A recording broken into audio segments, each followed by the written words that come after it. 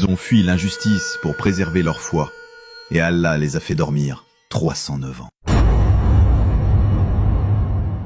Il y a bien longtemps, dans une ville où régnait la justice, un roi tyrannique obligeait son peuple à adorer des idoles.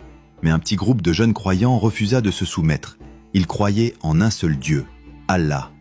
Pour échapper à la persécution, ces jeunes décidèrent de fuir. Ils quittèrent la ville et trouvèrent refuge dans une grotte, accompagnés de leur chien fidèle qui monta la garde à l'entrée. Là, ils prièrent Dieu de leur accorder sa miséricorde et de les protéger. Allah répondit à leur appel d'une manière miraculeuse. Il les fit dormir pendant des années, des siècles. Leur sommeil dura 309 ans. Le soleil changeait de direction pour ne pas les toucher et leur chien restait étendu à l'entrée comme un gardien immobile.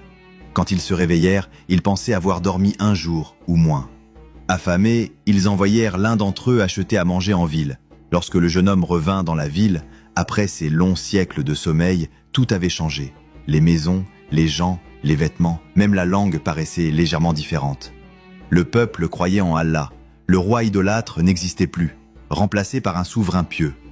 Quand il sortit une pièce d'argent ancienne pour payer sa nourriture, les marchands furent interloqués.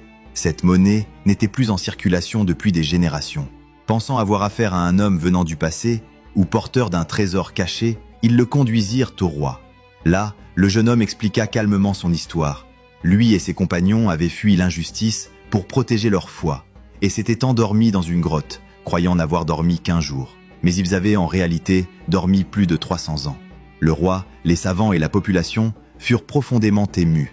Ce n'était pas un mythe, c'était une preuve vivante d'un miracle. Un signe clair que Dieu est capable de suspendre le temps, de préserver la vie et de ressusciter les morts. Accompagnés du jeune homme, les gens allèrent jusqu'à la grotte. Mais lorsqu'ils y arrivèrent, les compagnons s'étaient rendormis pour ne plus jamais se réveiller. Allah les fit mourir paisiblement, loin du tumulte du monde. Les habitants, bouleversés, décidèrent de préserver le souvenir de ce miracle.